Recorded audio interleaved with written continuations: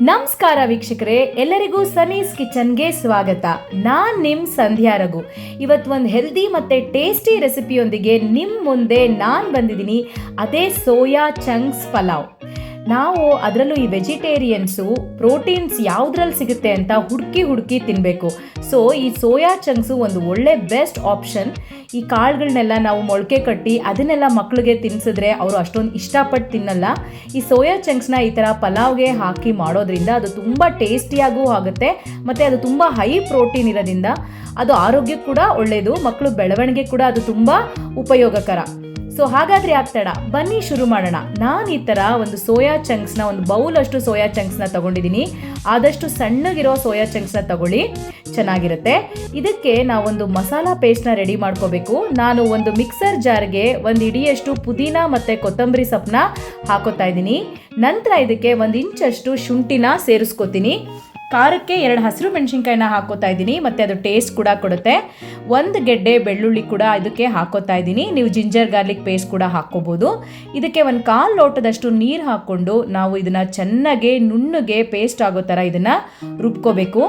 ನಾನು ಈ soya chunks pulao ಮಾಡೋದಕ್ಕೆ 1 ಲೋಟದಷ್ಟು ಬಾಸುಮತಿ ಅಕ್ಕಿನ ತೊಗೊಂಡಿದ್ದೀನಿ.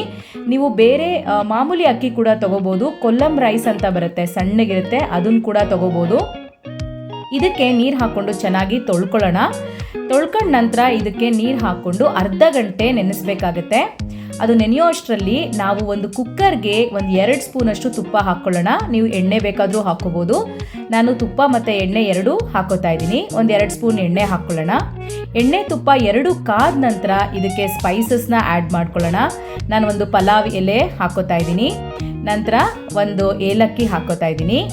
ಇದಕ್ಕೆ ನಾನು 1 ಸ್ಟಾರ್ ಹೂವು ಹಾಕೋತಾ ಇದ್ದೀನಿ. ಆದಷ್ಟು ಸ್ವಲ್ಪನೇ ಮಸಾಲ ಐಟಮ್ಸು ಚೆನ್ನಾಗಿರುತ್ತೆ. ನಾನು ಇದನ್ನು ರುಬ್ಕೊಳ್ಳೋದಕ್ಕೆ ಹಾಕ್ಕೊಳ್ಳೋದಿಲ್ಲ. 1 ಜಾಕಾಯಿ ಮತ್ತು ಮರಾಠಿ ಮೊಗ್ಗು ಕೂಡ ಸೇರಿಸ್ಕೋತಾ ಇದ್ದೀನಿ. ರುಬ್ಕೊಂಡ್ರೆ ಇದು ಭಾಳ ಮಸಾಲೆ ಅನಿಸುತ್ತೆ. ಇದಕ್ಕೆ ಸ್ವಲ್ಪ ಚಕ್ಕೆ ಮತ್ತು 3 ಲವಂಗನ ನಾನು ಇದಕ್ಕೆ ಸೇರಿಸ್ಕೊಂಡು 10 ಸೆಕೆಂಡ್ಗಳ ಕಾಲ ಇದನ್ನು ಸ್ವಲ್ಪ ನಾವು ಫ್ರೈ ಮಾಡ್ಕೊಳ್ಳೋಣ. ಅದು ರಸ ಎಲ್ಲ ಚೆನ್ನಾಗಿ ಬಿಟ್ಕೋಬೇಕು. 1 ದೊಡ್ಡ ಈರುಳ್ಳಿನ ಈ ಥರ ಉದ್ದುದಕ್ಕೆ ಕಟ್ ಮಾಡಿಕೊಂಡು ಅದನ್ನು ಕೂಡ ನಾನು ಕುಕ್ಕರ್ಗೆ ಸೇರಿಸ್ಕೋತಾ ಇದ್ದೀನಿ. ಅದು ಕಲರ್ ಎಲ್ಲ ಚೇಂಜ್ ಆಗಬೇಕು. ಅದು ಕಲರ್ ಎಲ್ಲ ಚೇಂಜ್ ಆದಮೇಲೆ ಗೋಲ್ಡನ್ ಬ್ರೌನ್ ಕಲರ್ ಬಂದಮೇಲೆ ನಾವು ಇದಕ್ಕೆ ತರಕಾರಿನ ಆ್ಯಡ್ ಮಾಡೋಣ. ನಾನು 1 ಕಪ್ಪಷ್ಟು ಹುರುಳಿಕಾಯಿ ಬೀನ್ಸ್ನ ಈ ಥರ ಉದ್ದುದಕ್ಕೆ ಕಟ್ ಮಾಡಿಕೊಂಡು ಅದನ್ನು ಕೂಡ ನಾನು ಕುಕ್ಕರ್ಗೆ ಆ್ಯಡ್ ಮಾಡ್ಕೊತಾ ಇದ್ದೀನಿ. ಆದಷ್ಟು ಸ್ವಲ್ಪ ದೊಡ್ಡದಾಗೆ ಕಟ್ ಮಾಡ್ಕೊಳ್ಳಿ, ತೀರಾ ಸಣ್ಣದಾಗಿ ಕಟ್ ಮಾಡ್ಕೊಳ್ಳೋದು ಬೇಡ. ಕ್ಯಾರೆಟ್ 1-1.5 ಕ್ಯಾರೆಟ್ನ ನಾನು ಮೀಡಿಯಮ್ ಸೈಜ್ ಕ್ಯಾರೆಟ್ನ ಈ ಥರ ಉದ್ದುದಕ್ಕೆ ಕಟ್ ಮಾಡಿಕೊಂಡು ಅದನ್ನು ಕೂಡ ಕುಕ್ಕರ್ಗೆ ಸೇರಿಸ್ಕೊತಾ ಇದ್ದೀನಿ. ನಂತರ ಇದಕ್ಕೆ ನವಿಲ್ ಕೋಸು, ನೋಲ್ ಕೋಲ್ ಅಂತ ಹೇಳ್ತಾರಲ್ಲ, ಅದನ್ನು ಹಾಕೋತೀನಿ. ಆಲೂಗೆಡ್ಡೆ ಬೇಕಾದರೂ ಹಾಕ್ಕೋಬೋದು. ಇದಕ್ಕೆ ಬಟಾಣಿ, ಹಸಿ ಬಟಾಣಿನಾದರೂ ಹಾಕ್ಕೊಳ್ಳಿ ಅಥವಾ ರಾತ್ರಿ ಒಣಗಿರೋ ಬಟಾಣಿನ ರಾತ್ರಿ ನೆನೆಸಿ ಅದನ್ನು ಕೂಡ ಬೆಳಗ್ಗೆ ನೀವು ಉಪಯೋಗಿಸ್ಬೋದು. 1 ಟೊಮ್ಯಾಟೊನ ಹಾಕೋತಾ ಇದ್ದೀನಿ, ಅದು ಟೇಸ್ಟ್ ಕೊಡುತ್ತೆ ಮತ್ತು ಹುಳಿನೂ ಬರುತ್ತೆ. ನೆಕ್ಸ್ಟು ಇದಕ್ಕೆ ನಾವು ರುಬ್ಕೊಂಡಿದ್ವಲ್ಲ ಮಸಾಲ ಪೇಸ್ಟು, ಪುದೀನ ಮತ್ತು ಕೊತ್ತಂಬರಿ, ಅದನ್ನು ಇವಾಗ ನಾನು ಇದಕ್ಕೆ ಸೇರಿಸ್ಕೊತಾ ಇದ್ದೀನಿ. ಇದು ಹಸಿ ವಾಸನೆ ಹೋಗೋವರೆಗೂ ಚೆನ್ನಾಗಿ ಇದನ್ನು ಎಣ್ಣೆಲೇ ಫ್ರೈ ಮಾಡ್ಕೋಬೇಕು. ನಂತರ ಇದಕ್ಕೆ 1/2 ಟೀ ಸ್ಪೂನಷ್ಟು ಅರಿಶಿನದ ಪುಡಿ ಹಾಕ್ಕೊಳ್ಳೋಣ. ಇದಕ್ಕೆ ಇನ್ನೊಂದು ಒಳ್ಳೆ ರುಚಿ ಕೊಡೋ ಅಂಥ ಐಟಮ್ ಅಂದರೆ ಬಿರಿಯಾನಿ ಮಸಾಲ ಅಂತ ಸಿಗುತ್ತೆ. ಅದನ್ನು ಕೂಡ 1-1.5 ಸ್ಪೂನಷ್ಟು ಖಾರಕ್ಕೆ ನೋಡಿಕೊಂಡು ಹಾಕ್ಕೊಳ್ಳಿ. ನಾನು 1 ಲೋಟ ಅಕ್ಕಿಗೆ 1.5 ಅಥವಾ 1/4 ಲೋಟ ನೀರು ಅಷ್ಟೇ ಹಾಕೋತಾ ಇದ್ದೀನಿ. ಅದು ಉದುರಾಗಿ ಬರುತ್ತೆ. ರುಚಿಗೆ ತಕ್ಕಷ್ಟು ಉಪ್ಪನ್ನ ಹಾಕ್ಕೊಂಡು ಈ ಸೋಯಾ ಚಂಕ್ಸ್ನ ಫಸ್ಟು ನಾವು ಬಿಸಿ ನೀರಲ್ಲಿ ಸ್ವಲ್ಪ ಹೊತ್ತು ನೆನೆಸಬೇಕು. 1 ನಿಮಿಷ ಅಥವಾ 2 ನಿಮಿಷ ನೆನೆಸಿದ್ರೆ ಸಾಕಾಗುತ್ತೆ.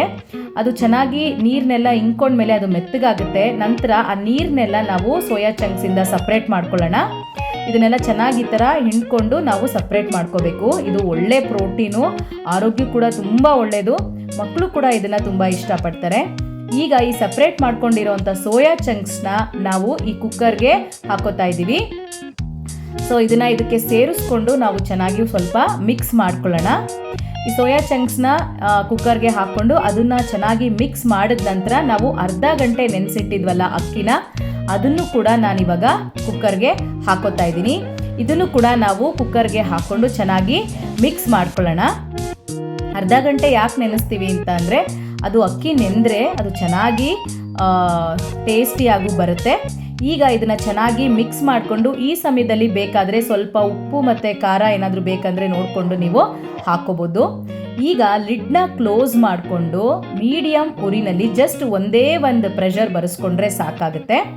ಸೊ ಒಂದೇ ಒಂದು ಪ್ರೆಷರ್ ಬರೆಸ್ಕೊಂಡ ನಂತರ ಅದು ಕೂಲ್ ಆದಮೇಲೆ ನಾವು ಲಿಡ್ನ ಓಪನ್ ಮಾಡಿ ಹೇಗೆ ಬೆಂದಿದೆ ನೋಡಿ, ಎಷ್ಟು ಚೆನ್ನಾಗಿ ಉದುರುದ್ರಾಗಿ ಬಂದಿದೆ.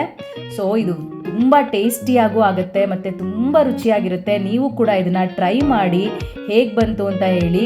ಸೊ ಪ್ರೋಟೀನ್, ಇದು ಸೋಯಾ ಚಂಕ್ಸ್ ಆ್ಯಡ್ ಮಾಡಿರೋದ್ರಿಂದ ಒಂದು ಒಳ್ಳೆ ಪ್ರೋಟೀನ್ ಫುಡ್ ಕೂಡ ಇದು ಆಗುತ್ತೆ. ಇದನ್ನು ರಾಯ್ತಾ ಜೊತೆ ತಿಂತಾ ಇದ್ರೆ ತುಂಬ ರುಚಿಯಾಗಿರುತ್ತೆ. ನೀವು ಇದನ್ನು ಟ್ರೈ ಮಾಡಿ ಹೇಗೆ ಬಂತು ಅಂತ ನಮಗೆ ಕಾಮೆಂಟ್ ಬಾಕ್ಸಲ್ಲಿ ತಿಳಿಸಿ. ಇನ್ನು ಇದೇ ಥರ ಹೊಸ ಹೊಸ ರೆಸಿಪಿಯೊಂದಿಗೆ ನಿಮ್ಮ ಮುಂದೆ ನಾವು ಬರ್ತೀವಿ. ಅಲ್ಲಿವರೆಗೂ ಪಲಾವ್ ಮಾಡ್ಕೊಳ್ಳಿ, ತಿನ್ಕೊಳ್ಳಿ, ಖುಷಿಯಾಗಿರಿ. ಇನ್ನು ಯಾರೆಲ್ಲ ನಮ್ಮ ಚಾನಲ್ನ ಸಬ್ಸ್ಕ್ರೈಬ್ ಮಾಡಿಲ್ವೋ ಖಂಡಿತ ಸಬ್ಸ್ಕ್ರೈಬ್ ಮಾಡಿ. ಎಲ್ಲರಿಗೂ ಸಂಧ್ಯಾ ರಘು ಮಾಡುವ ನಮಸ್ಕಾರಗಳು.